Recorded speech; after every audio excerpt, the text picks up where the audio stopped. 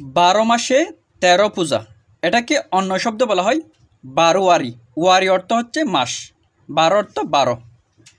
তাহলে হিন্দু ধর্মে যেহেতু প্রত্যেকটা মাসে একটা একটা পূজা আছে, তারপর কোনো কোনো মাসে আবার ডাবলও আছে, সেজন্য বলা হচ্ছে কি 12 মাসে 13 পূজা।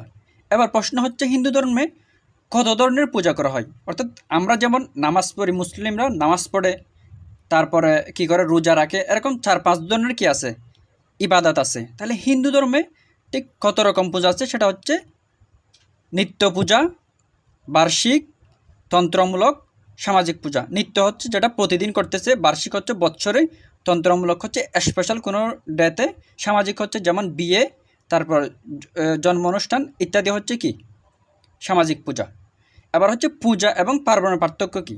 পূজাকে তুমি তুলনা করবে ইবাদতের সাথে, অর্থাৎ যেটা প্রতিদিন করা হয়, আর পার্বণকে তুলনা করবা ঈদের সাথে, যেটা বছরে করা হয়। আশা করি বিষয়গুলো বুঝতে পেরেছো। Thank you.